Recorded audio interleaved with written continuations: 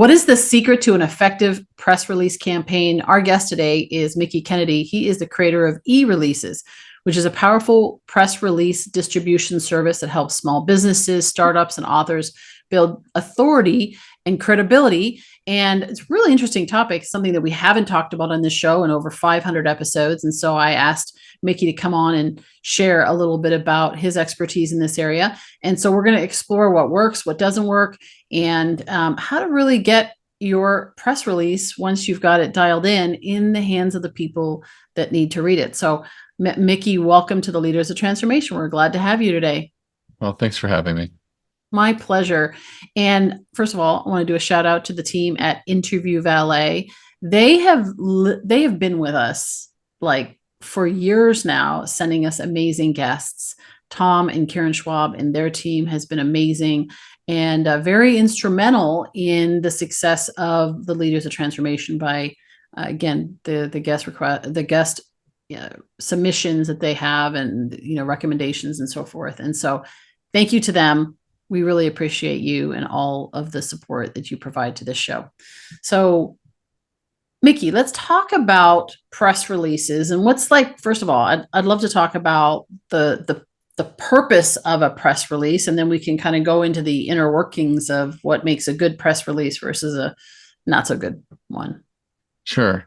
So a press release is basically just an announcement to the media. It's usually written in the third person. They're not, great writing. They're very simple. It's like, follows the who, what, when, where, how, inverted pyramid method, where you are going to lead with your hook. What's the most important thing you're announcing, and sort of trickle down to usually get to a boilerplate. People recognize that as like the about section at the end, where it's about company or about a person if it's about an individual. And basically, these are things that are sent to the media in hopes that they will turn them into articles or, potentially interview you for radio or TV or things along those lines. And it can also get picked up in magazines, trade publications, blogs. Now it includes mentions in, social media. There are people on TikTok that use press releases for all different types of things. I follow somebody called Snackalator who each week does a roundup of new snacks hitting store shelves, and he pulls all the images and photos from press releases. And it's an interesting model where people are getting their news today, and it is evolving and changing, but a lot of it is still there available through press releases. Press releases can be sent directly to a journalist, or they can be sent over a wire. In the U.S., we're basically a duopoly of wires. It's PR Newswire, which is the oldest and largest wire service, and then Business Wire. There's a lot of other companies with wire in their name.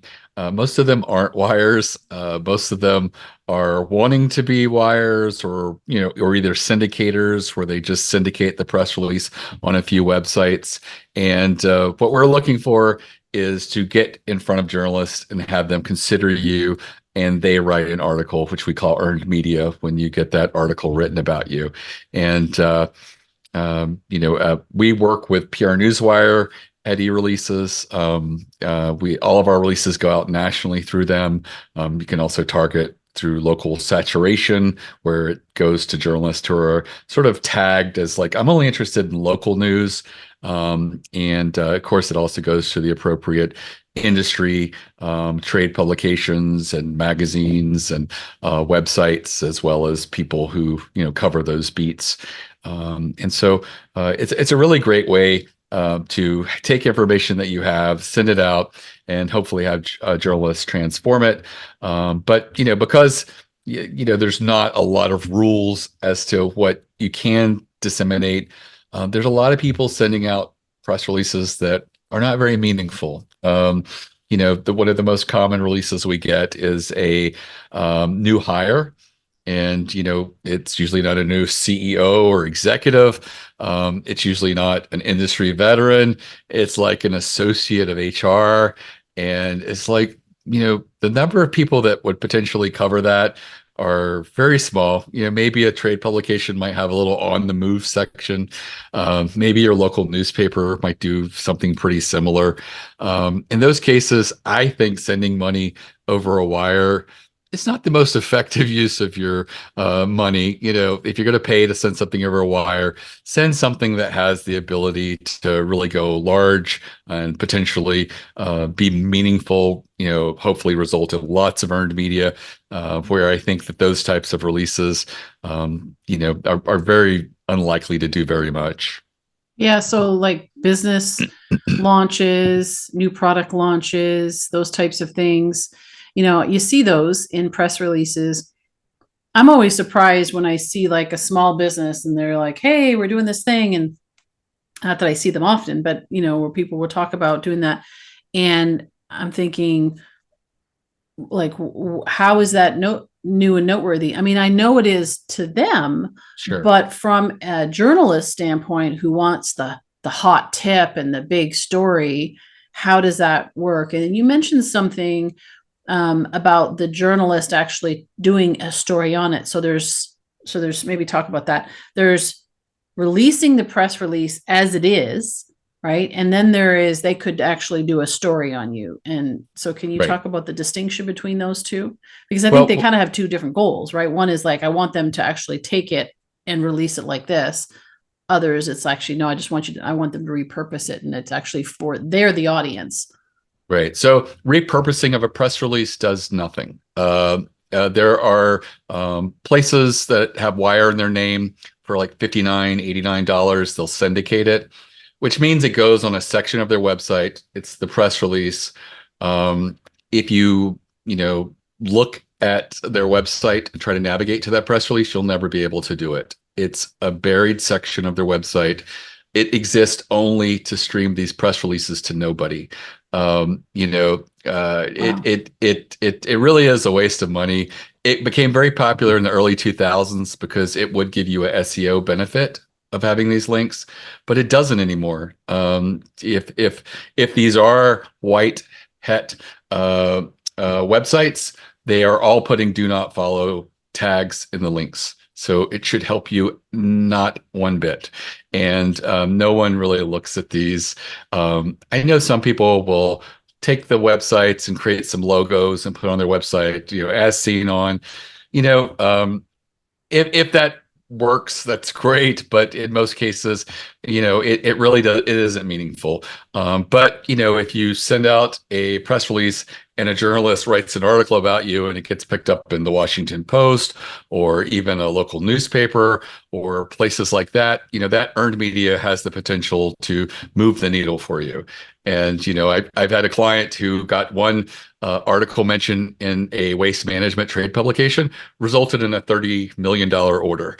That would never happen through syndication because, again, no one sees those press releases.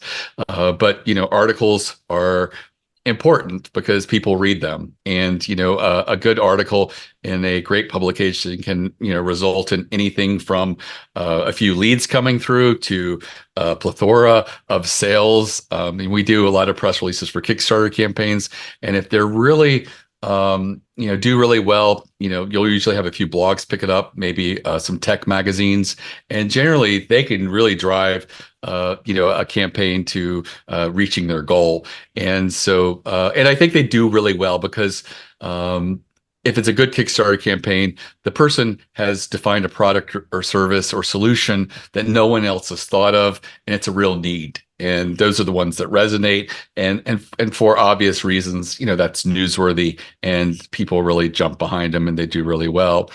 Um, and that is one of the cool things that happens with earned media. When we see an ad, we go and just move away from it. But when we see an article, we read something. There's often this, a signal of trust that happens when a journalist writes about you, and we feel, warm and good, and then we want to learn more and see maybe I will support or back this campaign, or maybe I'd want to go buy this product, or consider this as a solution for something my company needs. And that sort of credibility that happens with earned media it doesn't happen with advertising, and that's really one of the more powerful things about PR, and why I think that PR is really a great solution for a lot of people who are looking for new sales, but also sort of enhancing their existing sales. There's always people that are not going to convert with you, and in some industries, it's a lot. It's like 80 to 90% of your leads don't convert at all. But if you can get this earned media article, and then you put it in front of these leads through a newsletter or through social media, and they read the article. They often will get some of those warm and fuzzies as well. They'll see that third-party corroboration or social proof when a journalist writes about you, and maybe they were at like 48% and they weren't going to convert, but this is what drives them over. And so it can really enhance your conversions and sales. I had a carpet company in New Jersey. I can't think of a more non-newsworthy business. And we really put the thinking cap on and did a 1-year campaign with them. And at the end of it, they had like, I think 30 articles, including New Jersey Magazine, their local newspaper, a lot of trade publications, which none of their customers read. But they put them together into what they called a brag book. And every time they go and give someone a consultation in their home after measuring and they picking out the carpet, would say, hey, we may not come in the cheapest, but we've been doing this for X amount of years, all the great things about us. And if you look in here, we've been picked up in Floor Trade Weekly. Here we are in the local newspaper. Here we are in New Jersey Magazine. And just thumbing through that, it might add an extra minute to the sales process, but it increased their conversion 17%. And almost 1 out of every 5 customers that they were previously losing, they're now, getting to keep that revenue and profit. So, it really is a great arsenal to, bring in new leads, but also to convert your existing leads at a higher caliber. Because when you get that earned media and people writing about you, people want to do business with you. They trust you more. There's this, I don't know if it's, they call it clout in social media that happens. People respect you more, and it really is an authority that people respect. And it does recognize that there's some thought leadership at the company. Well, you said something interesting there about the third party. When somebody writes about you, it's a big difference between that and when you're writing about yourself and saying I'm so awesome, but somebody else says I'm awesome. Oh, well, that's different, right? And that's why I think podcasts is very popular, because like I'll say to people in a similar way, it's like almost being a journalist, right? Like, here, you're on this show and we're going to produce it. We're going to give you a sound bite that you can then go share with your audience. Not that you need the credibility, you already have it.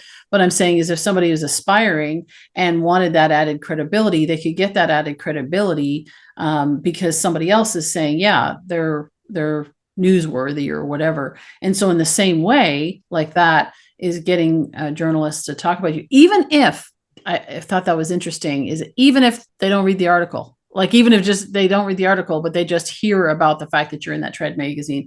It's interesting, the psychological, the social proof, and the third party credibility is really interesting. What I would love for you to talk a little bit more about what makes a good press release. Like when you said that carpet manufacturer, or they sell carpets, and you worked with them for a year, and you obviously had to figure out a hook. You had to figure out a story. And as much as this is old hat to you, because you've been doing this for 25 years, and maybe you can share a little bit about how you got into it, as well. But like, as you know, it's second nature to you, but for a lot of people, creating that hook is hard, right? Like that storyline that it's like, this is really interesting to people, where a lot of times people say, oh, I think it's really interesting. It's like, no, not really. Like, you're the only one who's interested in that. So how do you do that? How do you create that really effective hook?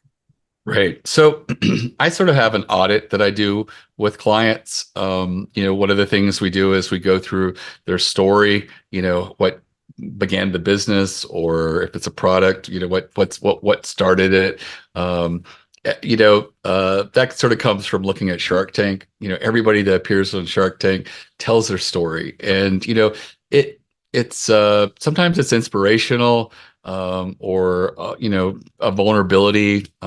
It's not always great, but like they may have been laid off and they had this hobby, and they're like, maybe I could turn this into a business, or sometimes they've lost a spouse and they're looking to take something and create something to be able to take care of their children and be there for them.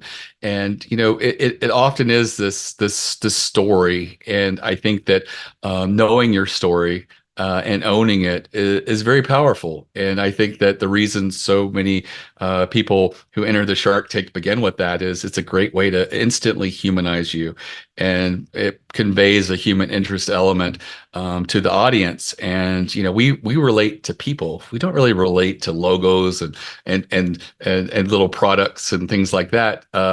And I think that that's what they get really well about the framing of people coming on there. And the same thing can work in media. Often it's not usually the focus of the press release. Sometimes it can be. I mean, if it's you're a new company and you have a new product and you have an interesting backstory, that can really fill it out. But sometimes it might be something that you're talking about the product launch, and it's something you weave in there later. Maybe it's towards the end with the boilerplate or something like that. But it adds a layer and a nuance that helps the journalist get a feel for you a little bit, and they know that that can also be passed along to their audience as well, and that they're going to have that reaction. In the case of a product launch release, we get a lot of those, and they're very formulaic. It's usually like, here's the product, here's basically a list of features. Even if it's not in a bullet list, it's sentences that are just the features, and then here's a page to learn more and buy it.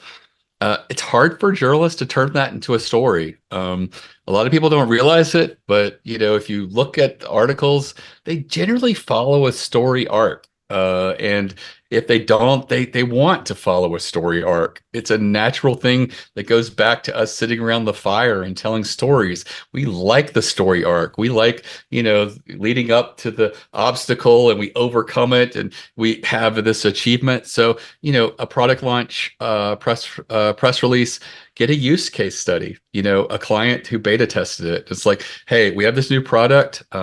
Maybe you put the stakes in there. This product solves this logistics problems. And in our industry, logistics accounts for 27% of a reduction in profit. And for an industry in which 67% of people fold in the first 5 years, this could be critical to keeping your business going forward and being profitable. So the stakes are there. And now you say company X was hemorrhaging money, and $11 million a year, and they tried your product, and they all of a sudden now they've achieved profitability, and then you have an amazing quote by them, and it's like, wow, this fulfills a lot more of a story arc, and you're still announcing the product, but you're satisfying the journalist who's wanting to tell a story that they know is going to either entertain or educate their audience.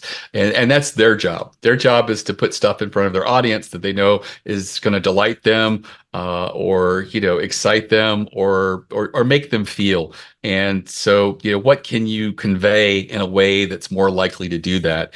And it does in some cases take like really being creative or almost reverse engineering what you want to announce. But there are ways to achieve what you want, which is to promote and sell, while also satisfying them, which is to educate or entertain or delight that audience. And it is something that I think comes easy to me, because my background is not in public relations or business or marketing. I have an MFA in creative writing with an emphasis in poetry, and I graduated 26, 27 years ago with my career plan being, I'm going to write poems and wait tables. And I did that for a summer and realized that my back and my feet and my knees did not want to be standing on concrete for 12 hours. And it is exhausting work, physically and mentally. I was so drained. I wasn't getting anything done. And I just wanted to sort of pivot to a safe office job.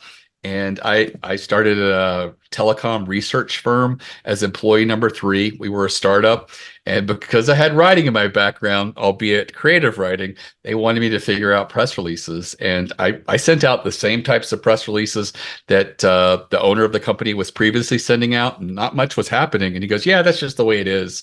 And I'm like, "Well, does it have to be?" And so I looked at the data that we published, and we would just send out like, here's top 20 countries of outbound traffic from the US and stuff like that. And I was like, well, why are there anomalies here? Like, I remember one case, there was a Caribbean island that accounted for more telecom traffic to and from the United States than all the other countries combined in the Caribbean area.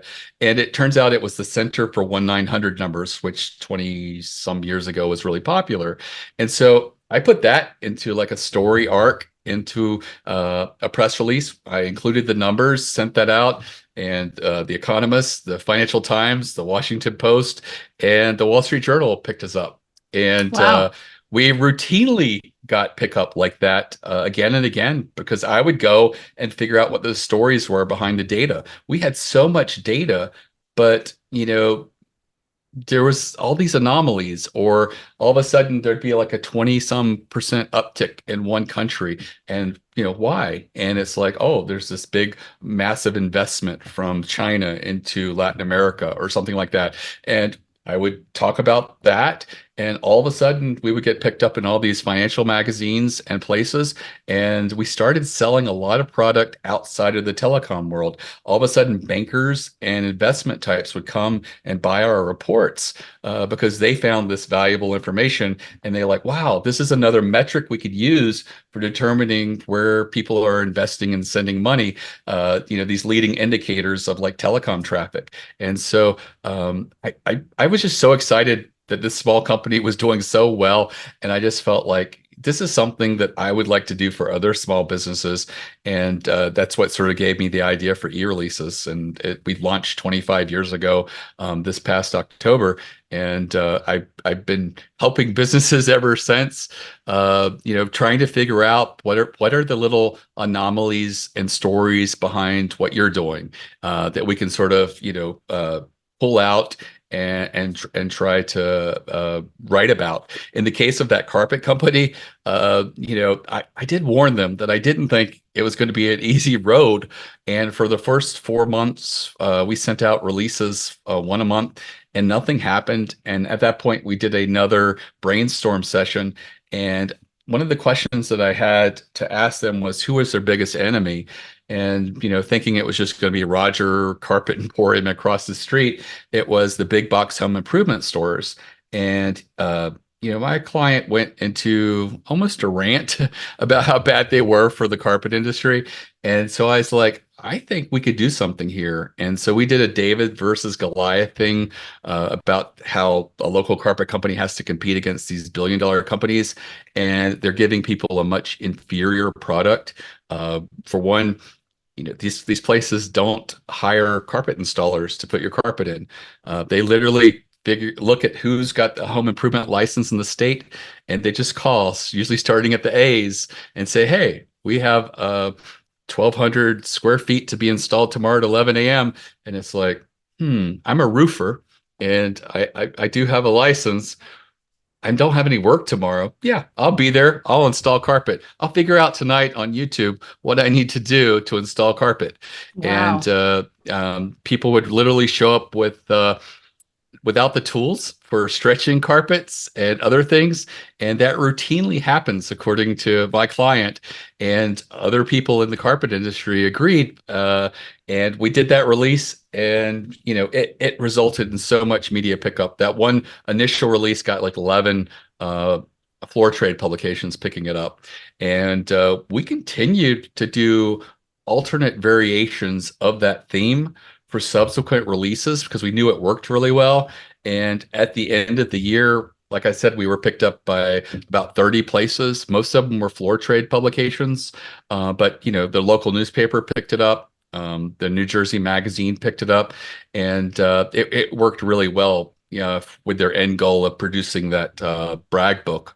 And that's one of the things that you can do. Sometimes being a contrarian on something. There was something that happened years ago called newsjacking, where if something's trending in your industry, you join the conversation, you provide a quote on it. It doesn't work at all anymore because now when something happens, there's literally 600 or 700 voices adding to the conversation saying the same thing.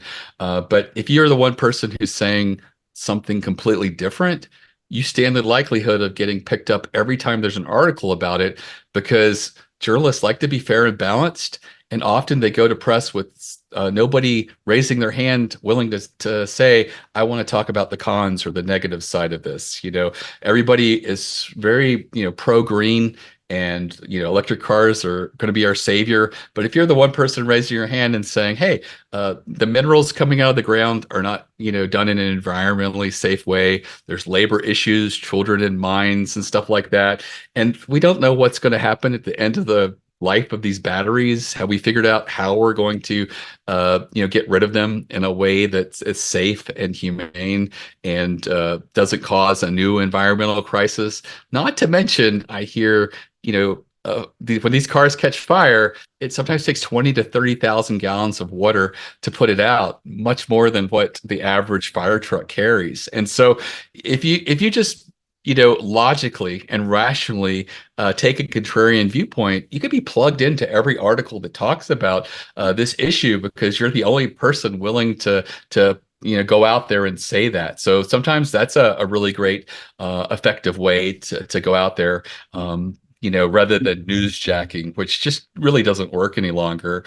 That would be my husband, by the way. My husband talks about the electric cars all the time. He's the contrarian on that. And he's like, because he's in the car business, and he's like, oh, no, actually, they're not as green as you think they are. Right. And so, yeah, you're talking his language now. Yeah, electricity isn't free, and there's still a lot of places, using coal and all these other things to produce it, but it gives the illusion. And so, yeah. So this is really interesting, because when I think of press releases, I always think of, like I said, business release, new product, and it's very informational. And what you're talking about is very story based, and creating that arc that you normally would in something else, and that you would put out there to create interest. I'm curious, because you said a statistic earlier that 17%, like they improved their conversion rate 17%. That's a pretty big deal. And that can get somebody's attention. What would be, like, if you were doing a press release, and we didn't plan this ahead of time, so I'm just throwing this on you, but you've been doing this a long time, so I'm sure you're going to be cool with it.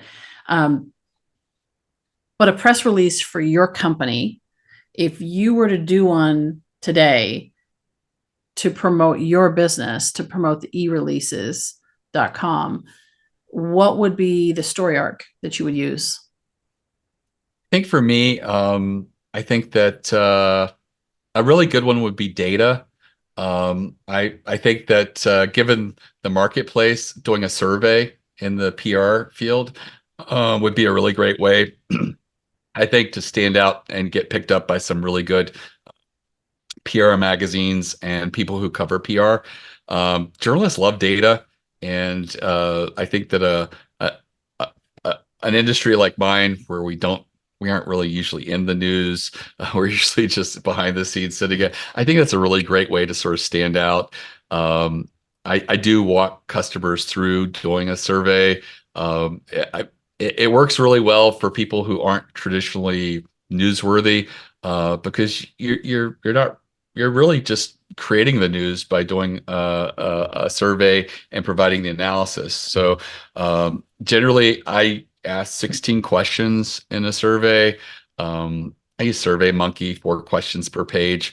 On the last page, I always tell people you can brainstorm and put something sort of crazy or left field in there, because if they quit at that point, you got 75% of the responses.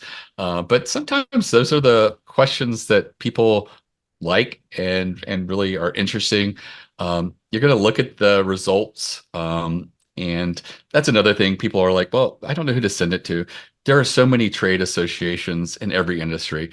I can think of two, perhaps three in the PR world that would be good. And I would approach them and just say, hey, I've got this survey. Would you be willing to send it out? I'll mention you in a press release I'll be issuing over the wire. And I'll also mention you on my website where I put all of the results. And the smaller and independent trade associations get almost no media attention. So they'll generally say yes. I've had some pushback and say, could we co-brand the survey? I don't see a downside to that unless they want to get involved in telling you what to say and what questions they ask. But most of the time they don't care. The large trade associations, they don't like working with people. They get their own media attention. So go with the smaller and independent ones. I usually like associations that have at least like 500 or 600 members and up. Two of the ones I'm thinking at are over 1,500. The other one might be just at around 1,000, but those would be good candidates. I do let them know that I like to get at least 100 results. That's usually statistically relevant enough for most media. And if they do an email send and you don't get that, usually you can get them to do a push through social media with the link to sort of help you get to the 100 number. You look at the results, and SurveyMonkey makes it so easy to analyze the results, which I like. And then you just figure out what were the surprises here. Hopefully, you've asked really intriguing questions. I always say, what are things that are timely right now? We're out of the pandemic, but people are still dealing with issues there, like people not wanting to work in the office. How do you deal with culture when you're dealing with hybrid work things, and all these different things about how people work and what people do is evolving and different. So I always think there's great questions around that. And I think that the pandemic really accelerated that and is really great. But you can also ask questions about, economic cycles, like are you planning to spend more the next couple of quarters or less? Things like that could trigger an alert that, hey, it looks like, things might be consolidating in the industry. If there's questions that you would ask people at a convention of other colleagues, like, hey, have you noticed that people are taking a bit longer to pay? What used to be net 30 is turning into like net 90 or something like that. That could be a potential question you could ask. So just run through this, ask other colleagues what would be a cool question you'd want to ask people in your industry right now, and look at the results. And generally, you ask 16 questions. Maybe you have room in a press release to talk about two or three at the most. Hopefully they're the ones that had the biggest aha moments for you. You're going to put some analysis in there, quotes by you as to why you felt the numbers skewed a particular way. And then you're also going to have a link to a page on your website where you put all 16 questions and answers, because, journalists might want to go in there and dig in and say, hey, here's something else that I think is really cool and exciting, and write an article about that. And that works really well. Most of the people that I've coached through the survey, they generally get anywhere from 6 to 14 articles, which is really, really good. And I think it does so well because you've got data that no one else has right now. You don't want to sit on it very long because it loses efficacy over time. But these things really generally do very well in your industry. But that's one that I would jump on, and I probably should jump on because it's been several years since I've last done one. But I think that is probably one that I would recommend. It takes a little bit more work, but it's not, a lot. It really is, the hard part is coming up with 16 meaningful questions and then analyzing it and figuring out what are the ones that people would probably find most intriguing, and for which you'd be able to tell a story through a press release as to why those numbers skewed that way. And I think that would be a really good one that I personally would do and have done in the past. And I think it works for most anybody. You would be surprised the people I've done this with. A local auto repair shop in Pennsylvania, we did this with the goal of getting them automotive links. From auto trade publications, because their website went dark. It was their website was through the yellow pages, and I guess the yellow pages stopped offering it, or they quit advertising. I wasn't really sure, but they couldn't get the domain name back, so they had a new domain, and they were just looking for authoritative links that would make them rise in the SEO because they were not showing up at all. And we thought that a survey would work really well for them, and it did. They got like a dozen places that picked it up. Auto Trade publications, the local newspaper did pick it up, and I think of those, 6 or 7 of them linked to the actual page, and that was all it took for within 30 to 60 days for them to start ranking #1. I never thought about this idea of surveys. I mean, I've coached entrepreneurs for years. We kind of skim over like the press releases has never been a strategy that I've really highlighted and recommended. Um, but you talk about that survey, that's really interesting. And I was thinking about it as you were talking about your business. I was thinking, I wonder what you would do with a podcast, like our podcast, how would we use that? So there's so many more uses than I realized just even when we were planning to do this, this interview. As I'm listening to you, there's just so many more use cases for it. So really, really interesting. Tell us a little bit about how eReleases works and who it's for. And you mentioned about distribution, and you also help your clients to work with the surveys and so forth. Give us a little bit of an idea of what's available. Sure. So we offer distribution. It's usually under $500 for new customers coming in for a single distribution. We do offer writing, but we also have a lot of resources on our website for you to help you write your own release. Really, the most meaningful thing is not how it's written, as long as you're following, fairly good standards, but what you're writing about, what you've chosen. And so for that, I recommend that people go check out this free masterclass I have. It's less than an hour long. It's going to walk you through all of the strategic types of releases you should consider. These are the ones that are working. And if you build a PR campaign of, say, 6 to 8 releases and you choose everything on this list, you're going to have results. Like the survey that we talked about is one of those. Going through the owning your own story, talking through a USP, unique selling proposition, those types of things. And that's at eReleases.com/plan, PLAN, completely free. I made it less than an hour because, attention spans aren't what they used to be. And I've got lots of little courses over the years I didn't complete because they were like 12 to 16 hours. And so this is a really good audit for anybody considering PR of the types of meaningful releases you do.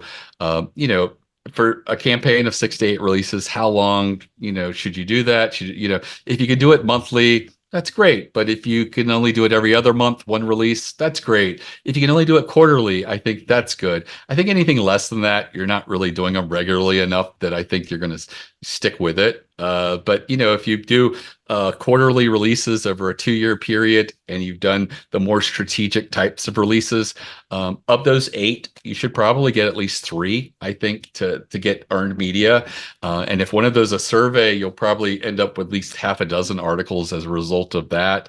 It really is one of those things that can work if you're doing the types of releases that engage the media, get them to see that this is something that they want to put in front of their audience.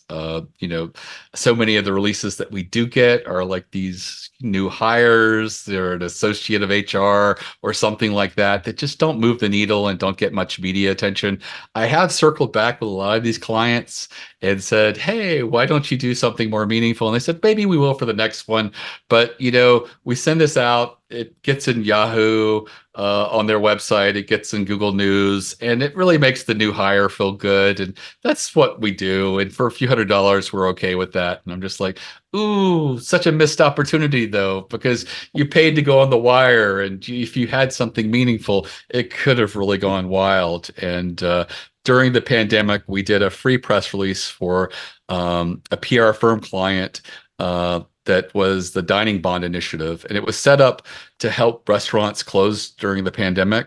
And you could nominate your favorite local restaurant, and if the volunteers were able to get in touch with that restaurant, you could give money that would go directly to them, and it would be backed sort of like a dining bond gift certificate sort of thing. And um, we got over 150 articles. All of the Wow. major publications picked it up. A lot of daily newspapers just across the US picked it up. It is quite possible it got picked up by more because we kind of quit counting at a certain point because there's just so many of these small daily places, newspapers that picked it up. I think it resonated because there was a lot of uncertainty at the time. We were home for 2 weeks to flatten the curve, and we didn't know what was going to happen. And here was something actionable that we could do that was positive. And if you had a favorite little pizza joint or something like that, you could nominate them. And if they got back to you, you could give them your credit card information, and you knew the money was there to help them at the time. And I think that that's why it did so well.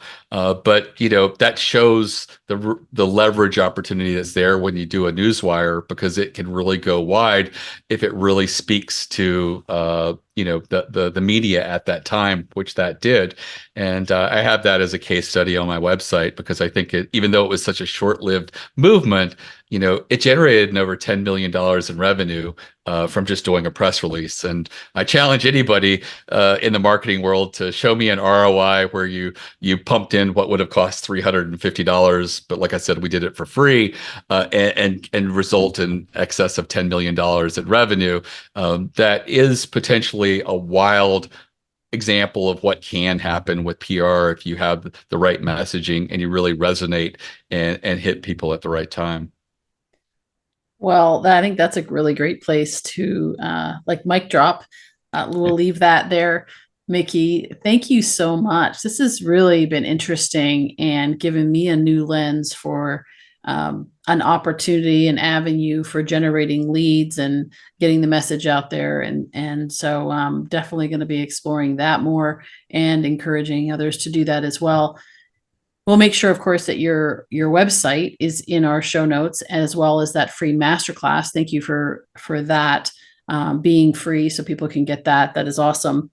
We'll make sure that link is in the show notes as well. And this has been, like I say, really interesting. It's a topic I don't know much about, and just totally the way you just shifted my paradigm around press releases. So thank you for that.